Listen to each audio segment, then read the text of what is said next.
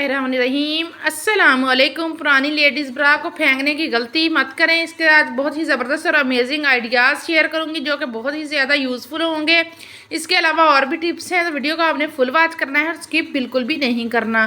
तो first tip मेरी जो है ना वो जुओं और लीखों से लेकर है। अगर आपके सर में खुश्की है, सिकरी है, तो आपने करना क्या है कि आपने सरसों का तेल ले लेना है 2 चम्मच के बराबर। और अगर आपको जर में जुए हैं, लीखे हैं या किसी की भी किस्म की एलर्जी है तो फिर आपने ये तेल लाजमी अपने सर में लगाना है, जिससे आपको बहुत ही ज़्यादा फ़ायदा होगा। तो करना आपने क्या है कि 2 चम्मच आपने सरसों का तेल ले लेना है, या तारा मीरा का तेल हो तो वो इससे भी ज़्यादा बेहतर है। तो आपने 1 डिस्प्रिन की गोली ले लेनी है। गोली को हमने पीस कर तेल के अंदर ऐड करना है, क्योंकि अगर हम इसको वैसे ही डालेंगे तो फिर ये इसके अंदर मिक्स नहीं होगी। ब्रीक आपने पाउडर की शक्ल में इसको बना लेना है और तेल के अंदर मिक्स कर लेना है। और नहाने से तकरीबन 2 घंटे पहले आपने इसको अच्छे से अपने सर में मसाज करना है, और करने के बाद आपने 2 घंटे के बाद नहाना है, क्योंकि इससे क्या होगा कि आपके सर में जितनी भी खुश्की है, सिकरी है, जुएँ हैं, हत्ता के ढीठ और ज़िद्दी लीखें भी हैं जो जाने का नाम नहीं लेती, वो तमाम ही ख़त्म हो जाएंगी और खुश्की का भी आपके सर से खात्मा होगा। तो आपने ये तरीका लाजमी करके देखना है। तो नेक्स्ट मेरी टिप जो है ना वो इस तरह के बल्ब्स को लेकर है। ये जब लगे हुए होते हैं तो इनके ऊपर धूल मट्टी जाने की वजह से बहुत ही ज़्यादा ये गंदे हो जाते हैं।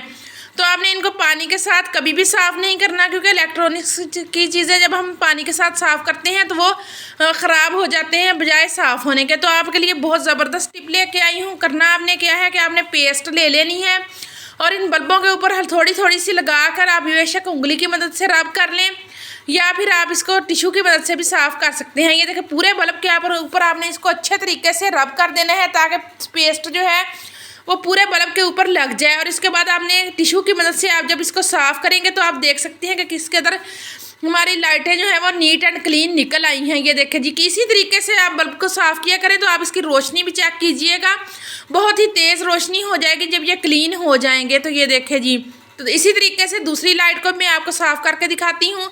हमने अच्छे तरीके से इसके ऊपर भी पेस्ट लगा लेनी है, और जब हम इसको टिश्यू के साथ अच्छे तरीके से दबाकर साफ़ करेंगे तो आप देख सकते हैं, आपके सामने मैं साफ़ करी हूँ किस कदर नीट एंड क्लीन बल्ब जो है वो निकल आए हैं।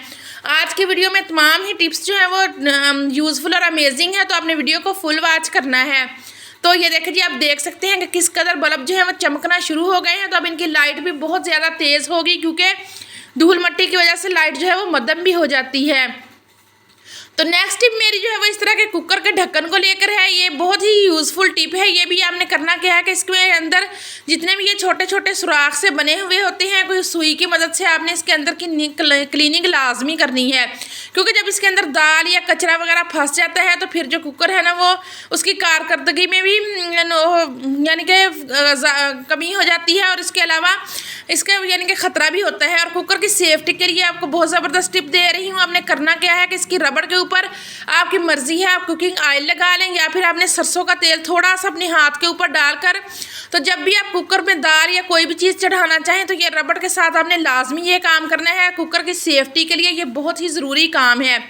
तो पूरी रबड़ के ऊपर आपने इसको अच्छे तरीके से लगा देना है, और उसके बाद आप इसको बंद करके जब यूज़ करेंगे तो आप देखेंगे कि कभी भी आपके कुकर के साथ अल्लाह माफ़ करे कोई हादसा वगैरह नहीं होगा, बल्कि अब आपका कुकर भी सेफ़ रहेगा।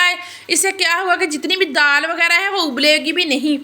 तो ये देखिए, जब आप दाल वगैरह पकने के लिए रखें तो उसके अंदर हल्का सा कुकिंग ऑयल भी डाल दिया करें, क्योंकि उससे क्या होगा कि अगर दाल आपने उबलने के लिए रखी है तो वो उबलेगी भी नहीं।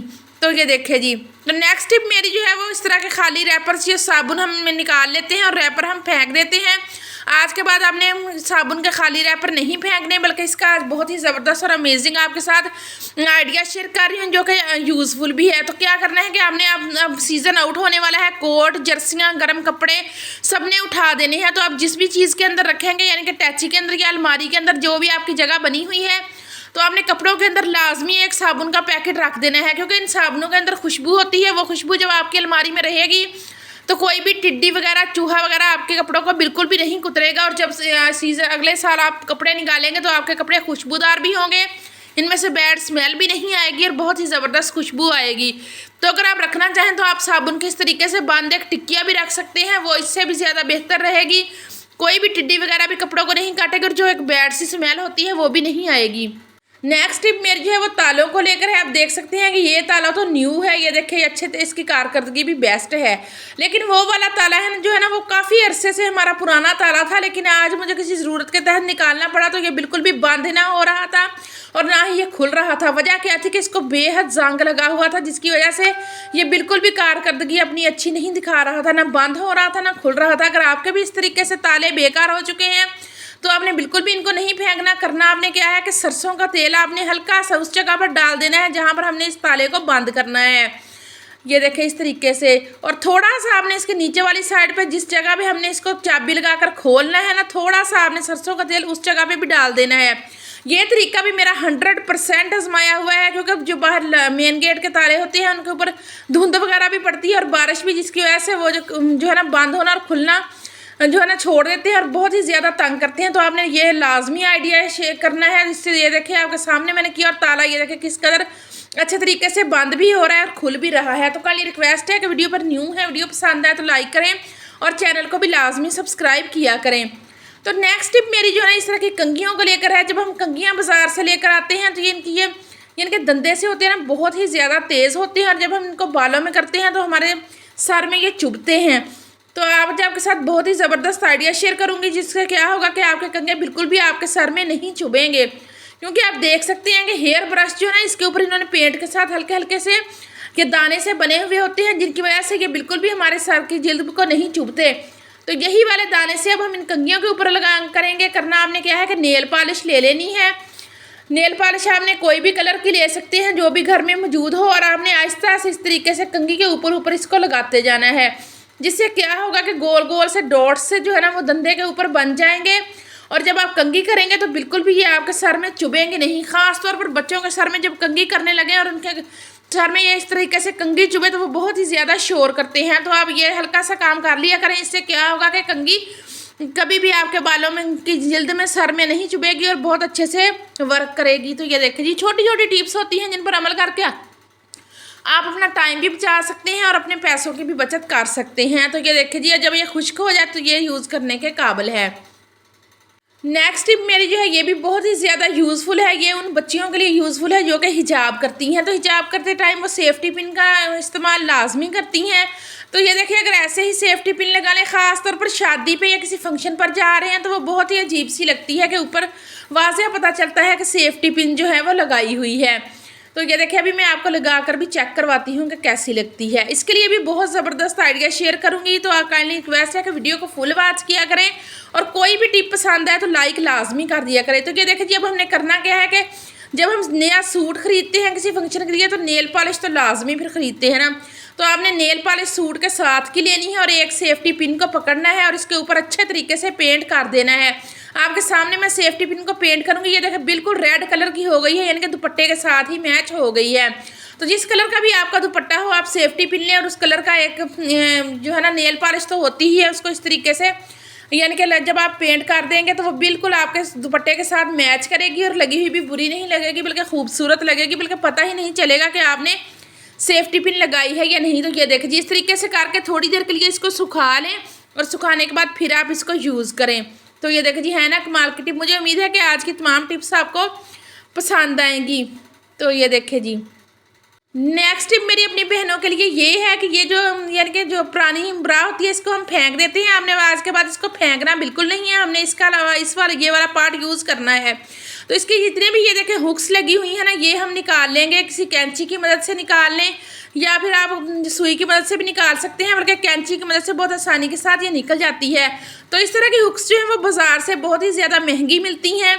तो हमने क्योंकि टाइम और पैसों की बचत करनी है तो अब हम इसी को यूज़ करेंगे। ये देखें, इसको हम निकालेंगे कैंची की मदद से, बहुत आसानी के साथ निकल जाती है। छोटी कैंची के साथ आप निकालें तो इससे भी ज़्यादा आसानी के साथ निकलेगी। तो ये देखें, एक पार्ट मैं आपके सामने निकाल कर दिखाती हूँ कितनी आसानी के साथ ये निकल गया है। तो ये देखें, ये जितना भी कपड़े का पार्ट है इसको भी मैं निकाल दूँगी। तो इस हुक को हम जो है ना यूज़ करेंगे। यूज़ कैसे करेंगे वो भी अभी आपके साथ शेयर करती हूँ। तो ये देखिए, दोनों पार्ट्स हमने निकालने हैं। ये एक हमने निकाल लिया हुक जो है, और जो इसके अंदर हुक यानी कि जाएगी वो भी हमने इसका दूसरा पार्ट भी निकाल लेना है। ये देखिए, ये भी मैं निकाल लूँ फिर आपको दिखाती हूँ। ये देखिए जी, हुक के दोनों पार्ट हमने जो है वो निकाल लिए हैं। तो अब देख लेते हैं कि यूज़ कैसे। ये देखें छोटी बच्चियों के जो कमीज़ें होती हैं उनके गले छोटे रखे होते हैं, ख़ासतौर पर लॉन के सूटों के। तो आपने क्या करना है कि इसकी हुक जो है ना इसी पे हम यूज़ करेंगे। एक हम जो है ना हम एक साइड पे लगा देंगे और दूसरी साइड पे।